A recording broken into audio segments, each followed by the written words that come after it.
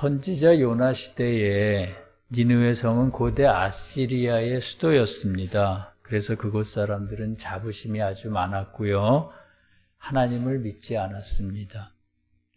주님께서는 니느웨 사람들의 악이 도를 넘었다고 보시고 선지자 요나에게 니느웨로 가서 하나님의 말씀을 전하라고 하셨습니다. 그러나 요나는 하나님의 말씀을 듣지 않고 다시스라는 곳으로 달아날 생각을 합니다. 욥바라는 항구에서 배를 탔는데 떠나자마자 큰 폭풍이 일어서 배가 가라앉게 되었습니다. 뱃사람들이 모여서 재앙의 원인이 누구인지 알아보자 하며 제비를 뽑았는데 요나가 뽑혔습니다. 뱃사람들은 급하게 요나를 바닷속으로 던져버렸습니다. 그러나 요나는 주님에 의해 다시 살아납니다. 주님이 보내신 큰 물고기가 요나를 삼켰다가 사흘 후에 해변에 토해냈기 때문입니다. 요나는 그제서야 니느웨 성으로 들어가 하나님의 심판이 가까웠음을 외쳤습니다. 그러자 니느웨 사람들이 모두 나와 베옷을 입고 금식을 하며 하나님 앞에 회개를 했습니다. 니느웨 사람들은 그렇게 해서 하나님의 재앙을 면할 수가 있었습니다. 말씀에서 요나는 유대인들을 나타냅니다. 유대인들은 하나님의 말씀을 독점하기를 원했습니다. 그래서 이방인들에게 말씀이 전해지는 것을 원치 않았습니다. 본문에서 니느웨로 가기를 거부하고 달아나는 요나는 바로 그런 유대인들의 이기적이고 배타적인 성향을 나타냅니다. 그들은 우월감에 빠져 이방인들은 구원받지 못하는 것이 당연한 것처럼 여겼습니다. 타 종교에 대해 배타적이기는 오늘날의 기독교인들도 마찬가지입니다. 종교가 다르다는 이유로 상대를 비난하기도 하고요. 심지어 적개심을 드러낼 때도 있습니다. 그렇다면 우리 세교회인들은 어떻습니까? 세교회는 타종교에 대해 배타적이지 않습니다. 그것에 대해 천국의 비밀 2589항은 이렇게 말합니다. 이방인이라 불리는 교회 밖에서 태어난 사람들은 구원을 받지 못한다는 것이 일반적인 생각이다. 왜냐하면 그들은 말씀을 가지고 있지 않고 그러므로 주님에 대해 전혀 모르기 때문이다. 그러나 그들 또한 구원을 받는다. 그 이유는 주님의 자비는 보편적이며 모든 사람을 향해 열려있기 때문이다. 또한 이방인들이 주님을 모르는 것은 그들의 탓이 아니기 때문이다. 이렇게 말합니다. 우리 세교에서는 교회의 교리를 다른 사람에게 적극적으로 전하지 않습니다. 그렇게 하는 것은 그들의 자유를 간섭하거나 침해하는 것이 된다고 믿기 때문입니다. 그렇기 때문에 말씀을 전해야 할 때는 교리에 관한 책을 권하거나 하는 식으로 간접적으로 전합니다. 그렇다면 오늘 말씀에서 주님이 요나에게 명령하신 것, 즉 니느웨로 가서 하나님의 말씀을 전하라고 하신 것은 어떻게 이해해야 합니까? 그건 역시 니느웨 성 사람들의 자유를 침해하는 것이 아니겠습니까? 그와 관련해 천국의 비밀 6472의 2항에는 이런 말이 있습니다. 주님이 사람에게 흘러들어오실 때 천국을 통해 간접적으로 오시기도 하고 당신이 직접 사람의 속사람을 통해 겉사람 안으로 오시기도 한다 이렇게 말합니다. 그러니까 주님의 말씀은 천국과 교회를 통해 간접적으로 전해지기도 하고요. 주님 자신이 직접 개개인들에게 전하시기도 하신다는 것입니다. 그런가 하면 교회의 역할에 대해서 계시록 해설 351의 2항은 또 이렇게 말합니다.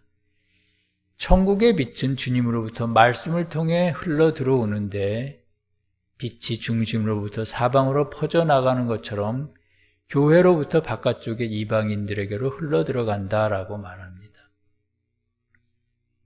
한마디로 말하면 하나님의 말씀은 주님에 의해 지상의 모든 사람에게 전해질 수 있지만 그럼에도 주님은 교회를 통해 전해지도록 하신다는 것입니다.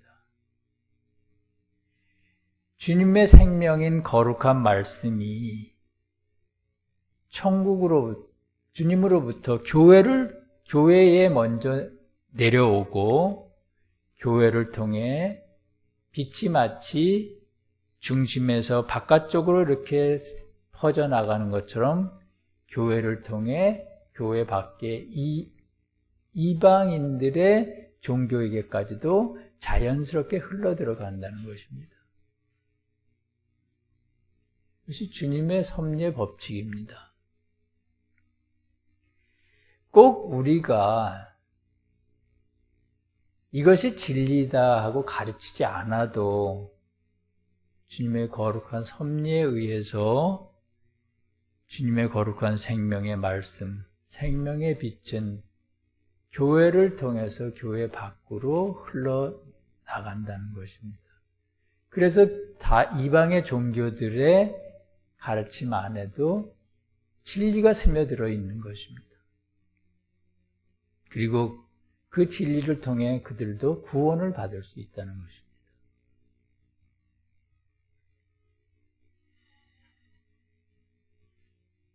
그렇다면 주님은 왜 구태여 교회를 통해 말씀을 전하라고 하실까요?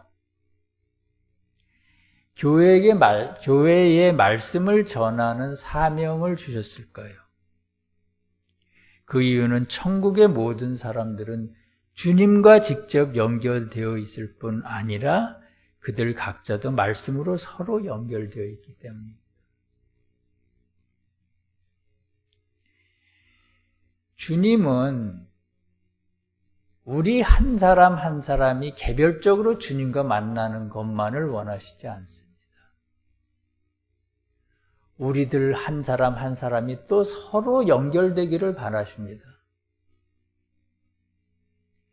그런 의미에서 이 코로나 바이러스를 생각할 때 이것이 굉장히 무서운 악에서 나오는 병이구나 하는 생각을 합니다. 왜냐하면 우리가 서로 만나고 연결짓고 하는 것을 애초에 차단하는 병이기 때문이죠. 그래서 주님께서는 요한복음 13장 34절에서 내가 너희를 사랑한 것 같이 너희도 서로 사랑하라고 하셨습니다. 우리가 주님과 직접 만나 서로 사랑하는 것만큼 중요한 것이 우리끼리 서로 사랑하는 것이 중요하다는 것이고요. 그것이 바로 천국의 모습이라는 것입니다.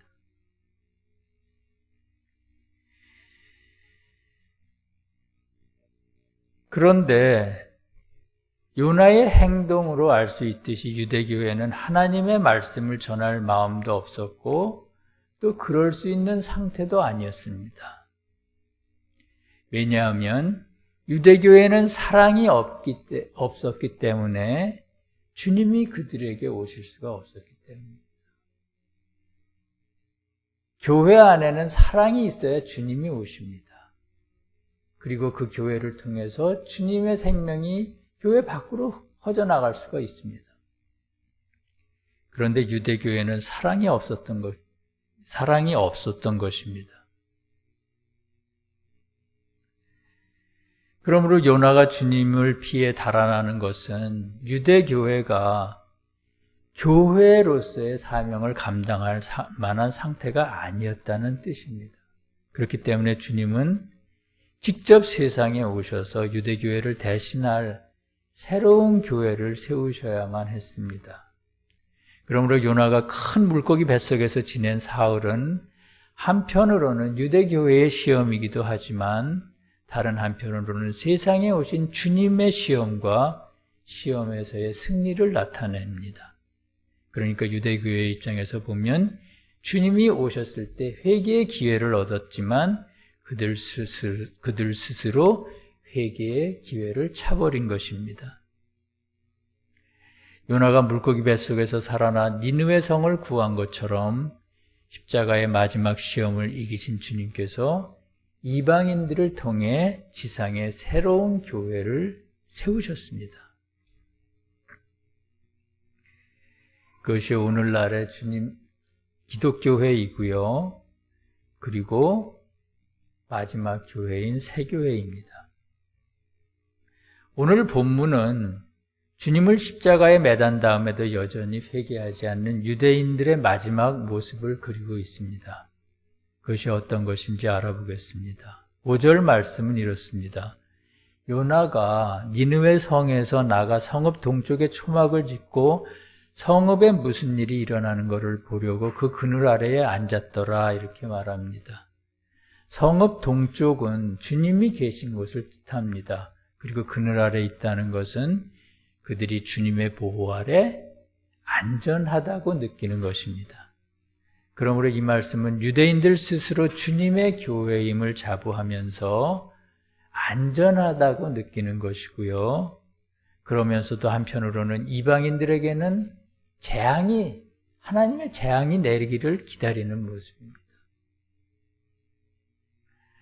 얼마나 이기적입니까? 그때 주님께서 박넝쿨을 내셔서 요나의 머리에 그늘이 지게 하셨습니다. 그것을 요나가 크게 기뻐했다고 말합니다. 박넝쿨은 어떤 것일까요? 박넝쿨은 자아사랑에서 나오는 유대인들의 악을 뜻합니다. 요나가 박넝쿨을 기뻐하는 것은 그들이 자신들의 이기적인 삶의 방식을 기뻐하는 모습입니다. 그런데 7절과 8절에서는 박넝쿨에 벌레가 생겨 잎을 갉아먹고 햇빛과 뜨거운 동풍이 요나의 머리를 쪼였다고 했습니다. 벌레와 햇빛과 뜨거운 동풍이 뭘까요? 그것은 모두 유대인들의 자아사랑으로부터 나오는 악과 거짓을 나타냅니다. 햇빛은 본래 주님으로부터 오는 사랑을 뜻하고요. 동쪽에서 부는 바람은 주님으로부터 오는 지혜를 뜻하지만 여기서는 그 반대인 자아사랑의 악과 거짓을 뜻합니다. 왜냐하면 주님의 사랑과 지혜는 받는 사람의 그릇에 따라서 사랑과 지혜가 되기도 하고요. 악과 거짓으로 변하기도 하기 때문입니다. 따라서 벌레가 박넝쿨을 갉아먹고 햇빛과 동풍이 뜨겁게 쪼이는 것은 유대인들의 자아의 거짓이 그들의 악을 공격하는 것을 나타냅니다. 우리가 어떤 잘못을 했을 때 주님은 그것을 한 번도 비난하시거나 문책하시지 않습니다. 정작 우리를 자책하게 만들고 괴롭히는 것은 지옥의 영들이 하는 짓입니다. 우리는 그것이 마치 주님께서 우리를 괴롭히는 것처럼 생각할 때가 있죠. 그래서 주님을 원망할 때도 있습니다. 주님, 저도 하느라고 합니다. 그런데 안 되는 걸 어떻게 합니까? 이렇게 주님께 대들기도 하죠. 그러나 우리 마음속에 일어나는 그런 폭풍과 같은 두려움과 불안감과 자책, 그런 것들은 사실은 주님이 우리를 추궁하시는 것이 아닙니다. 우리 속에 있는 자아를 통해서 지옥의 영들이 흘러 들어와서 우리를 계속 괴롭히는 것입니다. 그러므로 요나를 공격하는 벌레와 뜨거운 햇빛과 동풍은 자아를 통해 들어와 공격하는 지옥의 영들을 나타냅니다. 요나가 너무 괴로운 나머지 주님께 차라리 나를 죽여주십시오 이렇게 말했습니다. 그러자 주님께서 내가 이 박넝쿨로 말미암아 성내는 것이 옳으냐고 물으셨습니다. 요나가 내가 죽더라도 성을 내는 것이 옳으니이다 이렇게 대답합니다.